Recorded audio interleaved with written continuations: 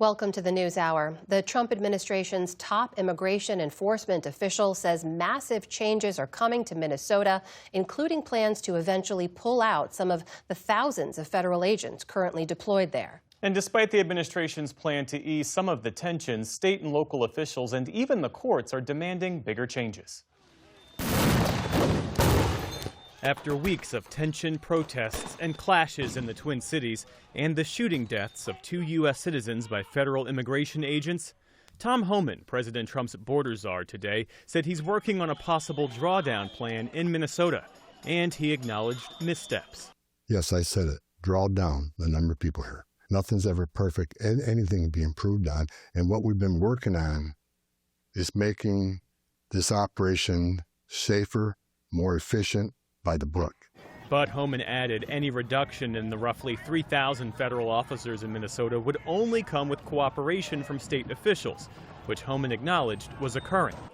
And he said there would be zero tolerance for protesters who assault or interfere with officers. We are not surrendering the president's mission in immigration enforcement.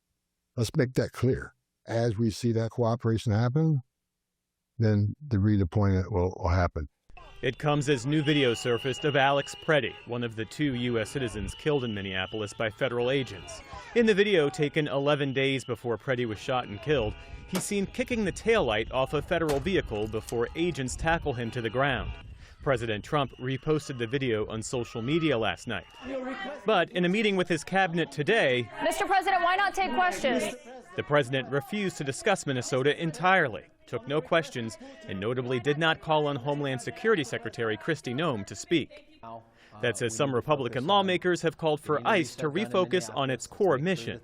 Ohio Senator John Husted. It's time to reset and focus on what the mission is, which was to target violent criminals, people who are on the worst of the worst list. Meantime, from one state drawdown to another. Republican Senator Susan Collins said today that enhanced immigration operations in her state of Maine have ended. That's after ICE today revealed its enforcement surge there culminated in more than 200 arrests. In a statement, Collins said she urged Secretary Noem to get ICE to reconsider its approach to immigration enforcement in the state. The courts have also demanded reforms from ICE. The federal chief judge in Minnesota condemned immigration agents and officials there for violating nearly 100 court orders this month alone. Another federal judge ordered the Trump administration to stop detaining and deporting Minnesotan refugees who were lawfully admitted to the U.S. Speaking to fellow mayors in Washington, D.C. today, Minneapolis Mayor Jacob Frey held firm that the only reduction in federal agents that he will accept is a total reduction. We've been very clear. The Operation Metro Surge needs to end. This kind of conduct and siege needs to stop, not just in Minneapolis. It needs to stop nationwide. Back in the Twin Cities, a vigil for Alex Preddy, an ICU nurse mourned by colleagues, neighbors, and fellow medical professionals. Solemn calls for justice in a city still very much on edge. For more on the legal and constitutional questions surrounding the unrest in Minnesota, we're joined now by Paul Butler, a former federal prosecutor who now teaches criminal law at Georgetown University's Law Center. Thanks for being here. It's great to be with you. We heard President Trump's border czar, Tom Homan, say that federal officials could start drawing down operations in Minnesota so long as the state and local governments comply with the federal enforcement. Are Minnesota officials actually legally obligated to comply with the federal government when it comes to immigration enforcement?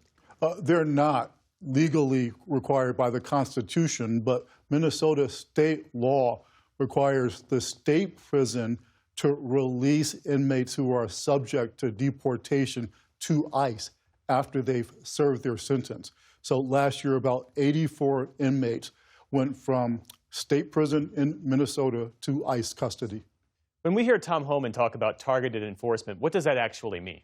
It means, he says, going after people who are undocumented and threats to national security or public safety.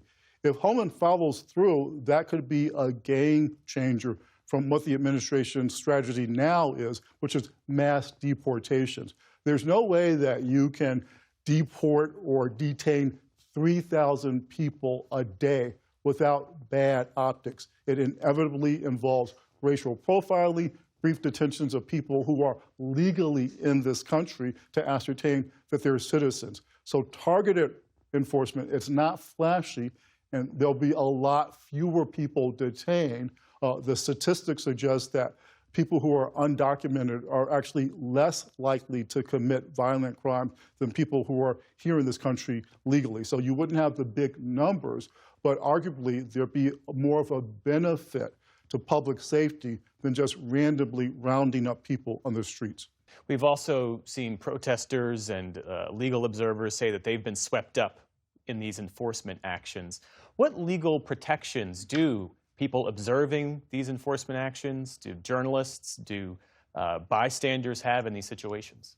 So there's two parts of the Constitution that are relevant. People have a Fourth Amendment right to be free of unreasonable searches and seizures. The ACLU has a lawsuit in which it says a number of protesters and observers have been illegally detained. They haven't committed any crime, but they've still been swept up in this enforcement effort.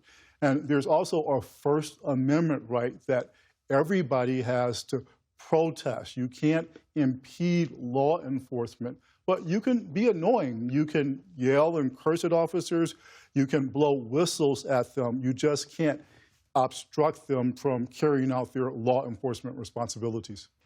Federal agencies, including ICE and Border Patrol, there are reports that those agencies are using the same intrusive technologies, whether it's biometric technology, facial recognition technology, to not only track undocumented immigrants, but increasingly to track citizens opposed to the government's actions. What legal questions does that raise? So it raises questions about whether the government is using new technology in ways to circumvent the warrant requirement or the law that says that people can't be detained unless the government has reasonable suspicion. So what ICE and Customs is doing is using, say, facial recognition techniques to identify protesters and possibly to identify people who are in the country without documents.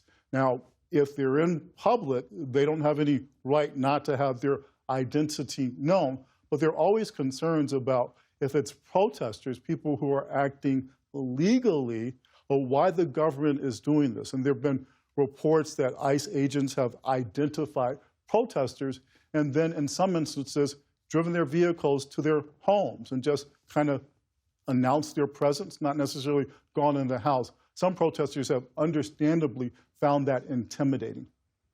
At the moment, are the courts the only backstop, the only guardrail to prevent the abuse of power or the unconstitutional actions by the federal government, especially in places like Minneapolis and in blue cities and blue states? So there are concerns about accountability, about when federal agents cross the line, if there will be consequences. There are also concerns about the ways that the federal officers are implementing immigration enforcement.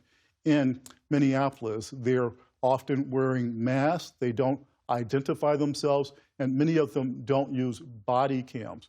So Congress could pass a law requiring masks, requiring identification in most instances, and also requiring body cams. That would go a long way in terms of assuring people in Minnesota that the law enforcement officers are acting in a responsible way. And if they're not, then they can be identified so that there could be consequences either within ICE or in some instances, if they cross a line, criminal consequences. Paul Butler, thanks as always for your insights. Always a pleasure.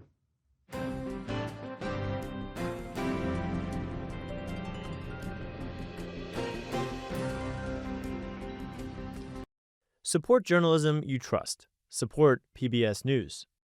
Donate now, or even better, start a monthly contribution today.